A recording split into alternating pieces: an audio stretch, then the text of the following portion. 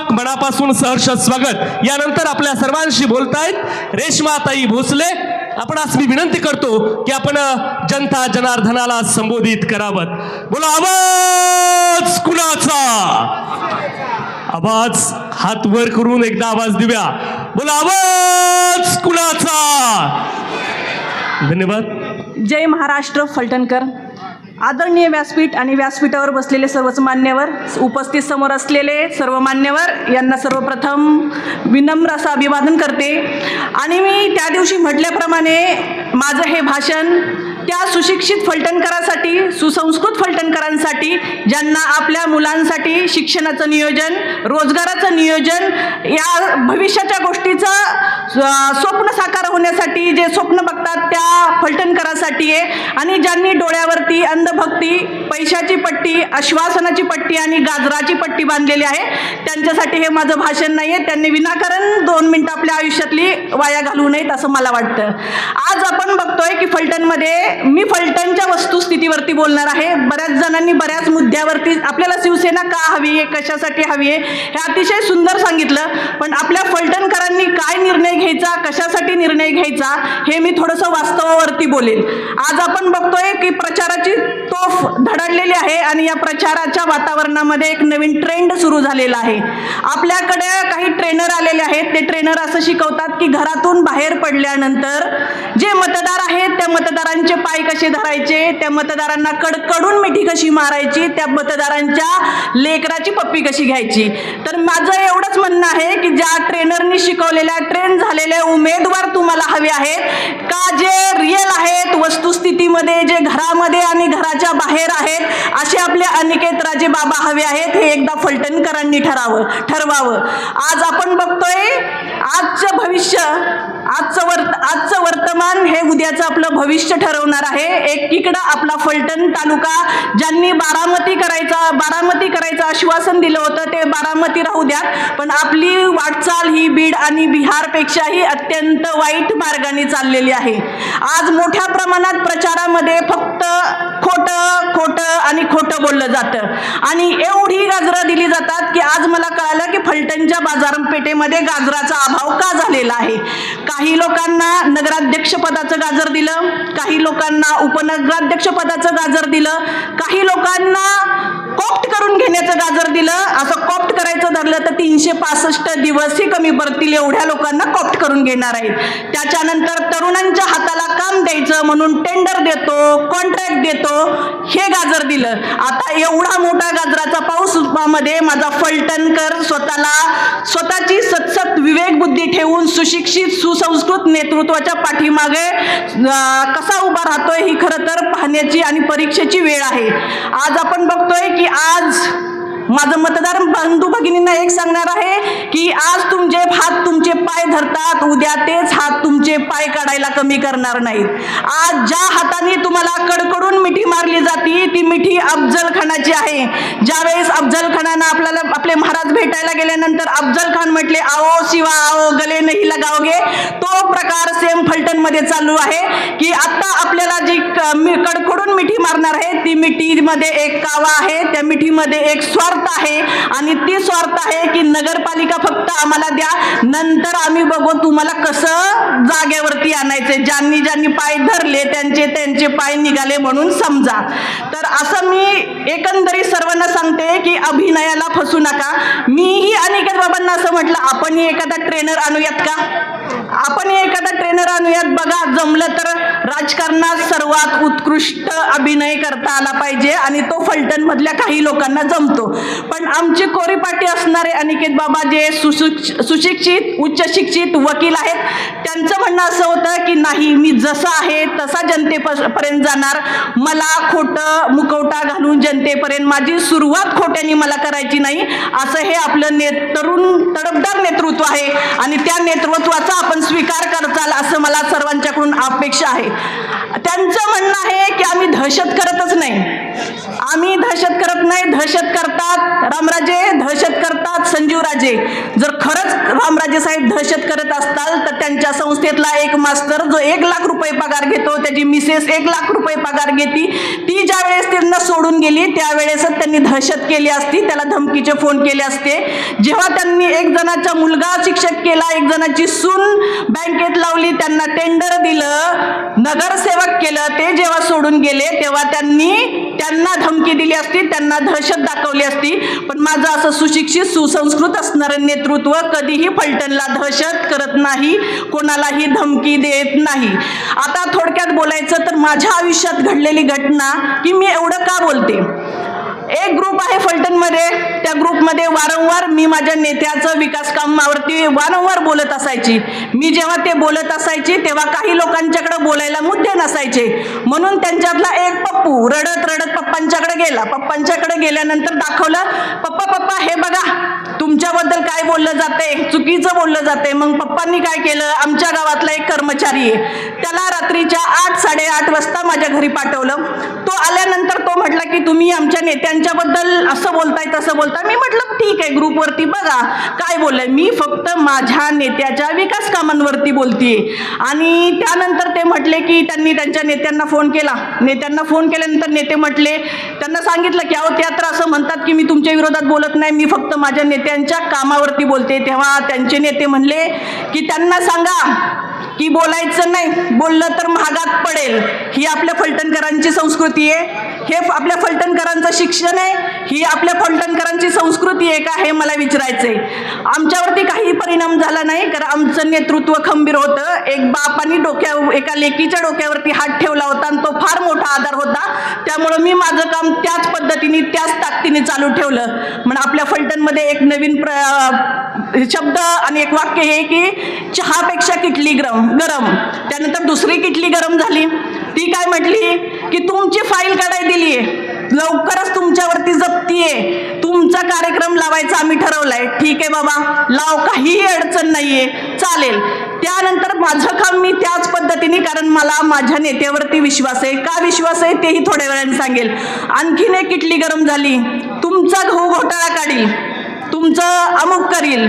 ठीक आहे बाबा, तेही चालेल, तेही सहन केलं. पण हाईट त्यावेळेस झाली की त्या नेतृत्वानी 5-10 हजार रुपये देऊन ज्यांना नोकरी नाही त्यांना नोकरी दिली. नोकरी काय दिली की राजे गटातल्या जे कोणी कार्यकर्ते असतील, जे विकासावर बोलतील त्यांना ट्रोल करायचं, खालच्या पातळीची टीका करायची. आणि जेव्हा हे लक्षात आलं, त्यांच्यात एक सज्जन कार्यकर्ता पण होता. तो म्हटला की ताई तुम्ही मराठा आहात, मीही आहे, आणि माझं तुम्हाला एवढंच सांगणं आहे की तुम्ही बोलू नका, कारण अशा प्रकारचं असं नियोजन झालेलं आहे. त्या मिनिटाला मी ठरवलं की तुम्ही राजकारणी म्हणून आहातच, पण त्यापेक्षाही तुम्ही माणूस आणि व्यक्ती म्हणून किती घाणेरडे आहात हे त्या दिवशी मला समजलं. आणि माझ्या आया बहिणींचा सुद्धा तुम्ही महिला म्हणून विचार करत नाही आणि इतक्या खालच्या पातळीचं तुम्ही राजकारण करता. त्यावेळेस फलटणमध्ये दहशत किती आहे हे त्यावेळेस लक्षात येतं. आज आपण बघतो की एक कॉमेडी फलटणमध्ये चालू आहे. प्रत्येक जण विचारलं जातं, अरे तुम्ही कुठं आहात, कुठल्या पक्षामध्ये आहात, नक्की काय करताय. ज्यांनी शिवसेना सोडली, काँग्रेसमध्ये गेले, काँग्रेसचं वाटोळं झालं, बीजेपीमध्ये आले, त्यांनी आम्ही कुठं आहोत, कुठल्या पक्षामध्ये आहोत हा विचारायचा नैतिक अधिकार त्यांना नाही. जमलं तर एवढं गाठीशी बांधा आणि पुन्हा कुठल्या पक्षामध्ये आहोत, कारण एक बोट जेव्हा दुसऱ्याकडे दाखवतो तेव्हा 3 बोटही आपल्याकडे असतात, हेही सर्वांनी समजून घ्यायला हवं. आज बघितलं जातं, मी त्या दिवशी भाषणामध्ये काही गोष्टींचा उल्लेख केला.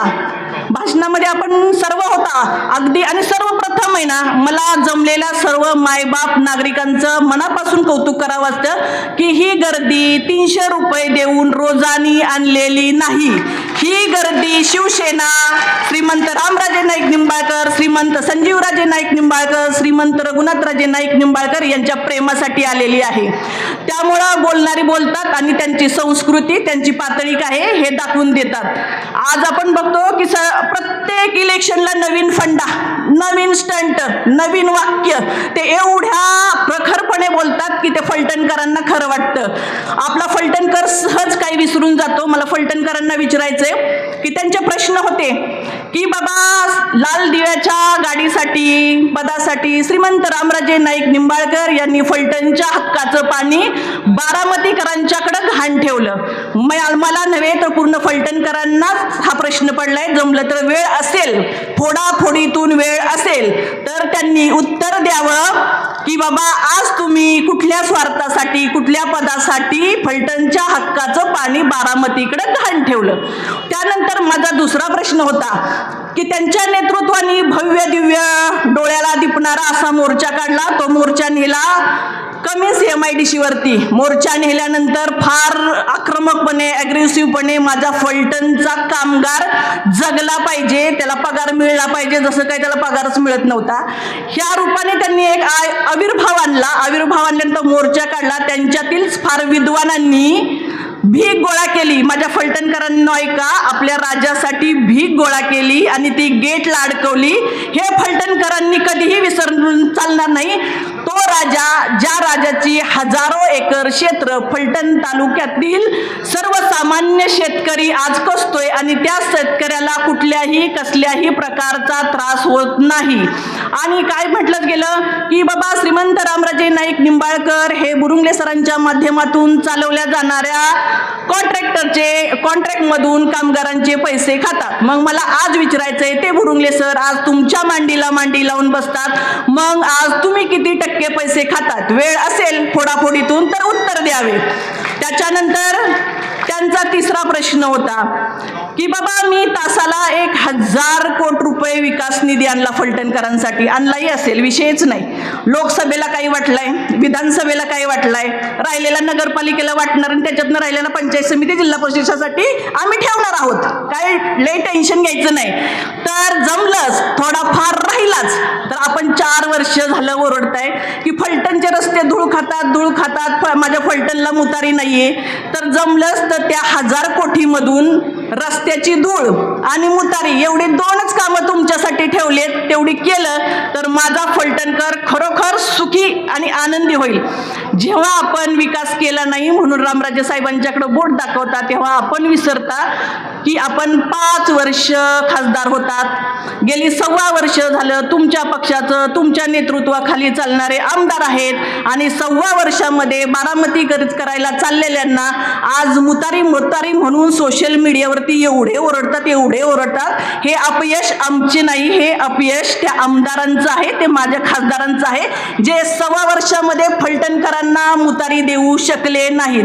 त्यामुळं टीका करताना स्वतःच्या बुडाखाली किती अंधार आहे हे थोडं समोरच्यांनी जाणून घ्यावं. आणि माझ्या फलटणकरांना एक नम्र विनंती आहे की प्रभू श्रीरामचंद्रांनी त्यांना 1 वर्ष काम दिलं होतं, एक संधी दिली की तुम्ही निवडून या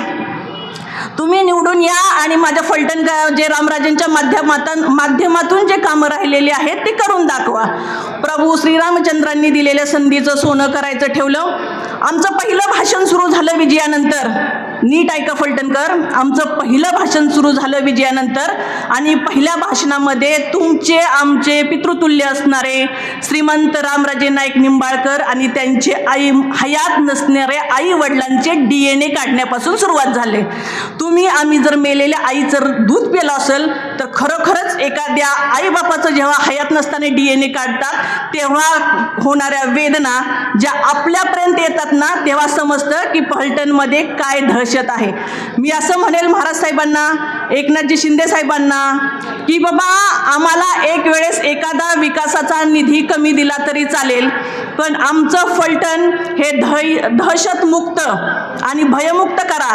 नसू द्यात एखादं विकास काम नाही झालं तरी चालेल, पण आम्हाला 1,500 रुपयेही नाही मिळाले तरी चालेल, पण आमच्या फलटणला एक जो कलंक लागलेला आहे संपदाताई मुंडेंच्या ह्याच्यातून, तर तो कलंक जेवढा लवकर आमच्या माथ्यावरून काढता येईल तेवढं काढण्याचा प्रयत्न त्यांनी करावा. आज आमच्या समोर मला बोलायचं विसरून गेली की कांचनताई निंबाळकर मॅडम आहेत. तर कांचनताई निंबाळकर मॅडम जेव्हा आमच्या पक्षामध्ये होत्या, निंबोऱ्याची ग्रामपंचायत आमची होती, आमची आहे, आमची राहील, त्या जेव्हा आमच्या ग्रामपंचायतीमध्ये होत्या तेव्हा काही गैरसमज त्यांच्या सहकाऱ्यांच्यामध्ये झाले. सहकाऱ्यांच्यामध्ये गैरसमज झाल्यानंतर त्यांनी दुसऱ्या गटामध्ये गेल्यानंतर तिथलं वातावरण बघितलं. आमची बाई फार चाणक्य असते, तुम्हाला माहिती आहे. आणि जेव्हा त्या दुसऱ्या गटामध्ये गेल्या आणि त्यांना समजलं बाबा इथं काही खरं नाहीये, आपले राजे बरे, राजे असतात. आणि नंतर त्यावेळेस त्यांनी जेव्हा पुन्हा रामराजेंच्याकडे येण्याचा प्रयत्न केला त्यावेळेस ताई तुमच्या बाबतीत काय झालं, एकदा उभं राहून सांगा की तुम्हाला काय केलं.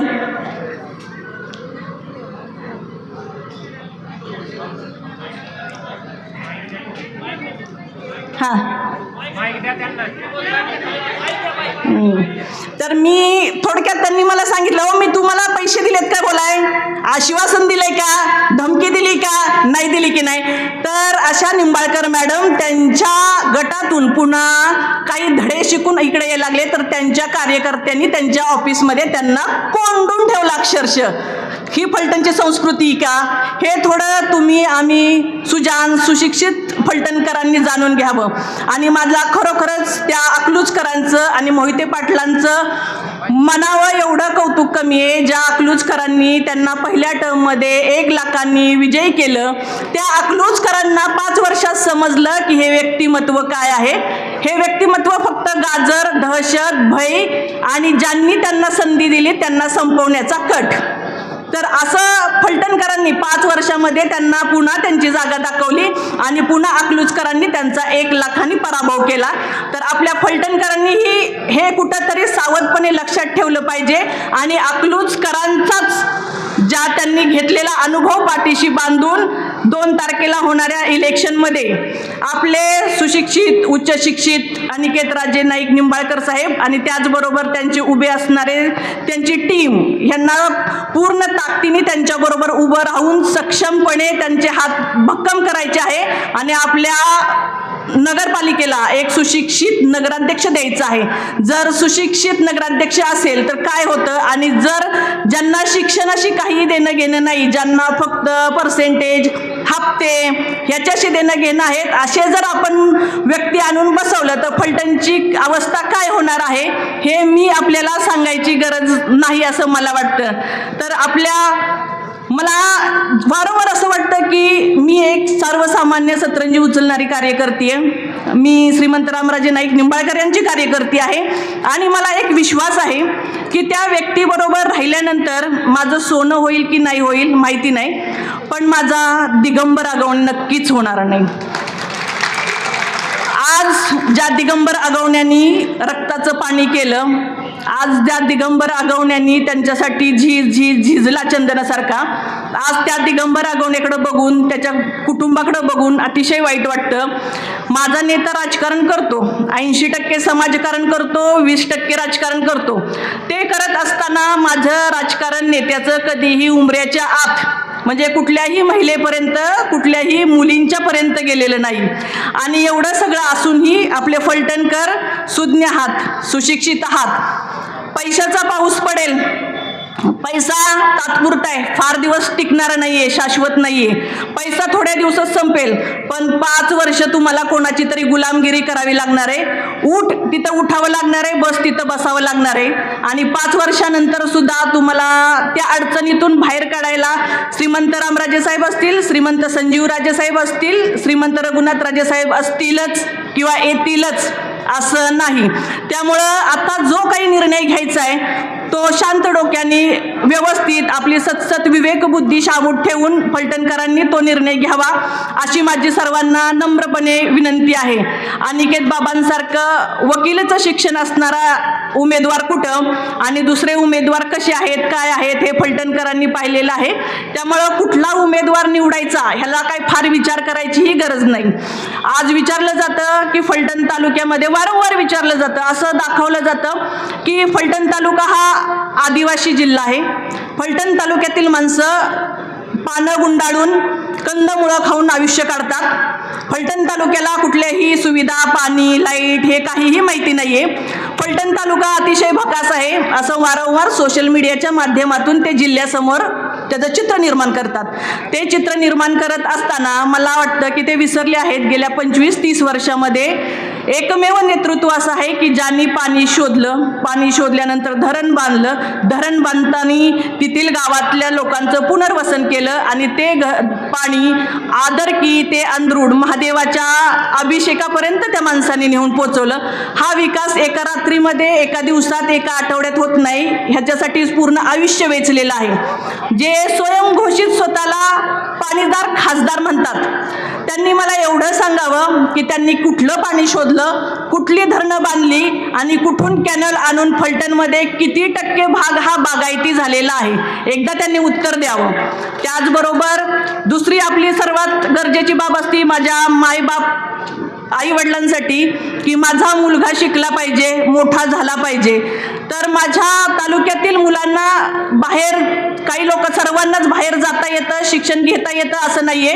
तर माझ्या तालुक्यातील मुलांना ज्यांच्याकडे पैशाचा अभाव आहे त्यांना फलटणमध्ये शिक्षण, सर्व प्रकारचं शिक्षण कसं मिळालं जाईल ह्या हेतूनी प्रत्येक शाखा काढली. ॲग्रिकल्चर असेल, MBA असेल, इंजिनिअरिंग असेल, नर्सिंग असेल, ह्या प्रत्येक प्रकारचं शिक्षण फलटणमध्ये देण्याचं त्यांनी काम केलं. आज फलटणमधला 90% आई वडील आपल्या मुलांना राजांच्या संस्थेत शिकवतात की नाही शिकवत? मग त्यांनी त्या तुमच्या मुलाच्या शिक्षणाचा वसा घेतला, तुमच्या मुलांना सुशिक्षित करण्याचा वसा घेतला आणि तो अखंड चालवला.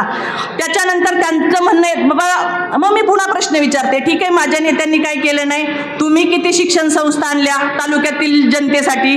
त्याच्यानंतर त्यांचं म्हणणं होतं की रोजगारच नाही आहेत. प्रत्येक बाईटमध्ये बघितलं जातं की रोजगारच नाही आहेत, रोजगारच नाही आहेत. तुम्ही 5 वर्ष खासदार होता, जवळजवळ तुमचा कार्यकाळ 7-8 वर्षाचा आहे. तुम्ही किती रोजगाराची निर्मिती केली? आज आपण बघतोय 6,000 मुलं कमिन्समध्ये कामाला आहेत, 2-3 हजार गोविंदमध्ये कामाला आहेत, शुगर फॅक्टरीमध्ये कामाला आहेत, शिक्षण संस्थेमध्ये कामाला आहेत, मॅग्नेशियममध्ये कामाला आहेत, कुरवली फूड्समध्ये कामाला आहेत, बँकेमध्ये कामाला आहेत. हा रोजगार फक्त आणि फक्त महाराज साहेबांच्या माध्यमातून झालेला आहे, हेही आपण विसरून चालणार नाही. समोर आल्यानंतर त्यांनी फक्त एकच विचारायचं की थोडं पाया पडायचं राहू द्यात, थोडं मिठी मारायचं राहू द्यात, फक्त एवढं सांगा की आमच्या लेकरासाठी शिक्षणाची काय सोय केली आहे आणि माझ्या शिकलेल्या सुशिक्षित लेकरासाठी रोजगाराची काय सोय केली आहे. एवढ्या जरी प्रश्नाचं उत्तर त्यांनी दिलं तर मी समजेल की हे विजन खूप आहे. पण कुठलंही विजन नसताना फक्त पैशाच्या आणि सत्तेच्या जोरावरती आज फलटणकरांच्यावरती जी दहशत चालवली आहे, ती दहशत आपल्याला संपवायची असेल तर तुम्ही, आम्ही सर्व शिवसैनिकांनी हातात घेतलेल्या धनुष्यबाणाचा भगवा 3 तारखेला नगरपालिकेवरती फडकवल्याशिवाय शांत बसायचं नाही, एवढा शब्द मी देते आणि थांबते. धन्यवाद. धन्यवाद.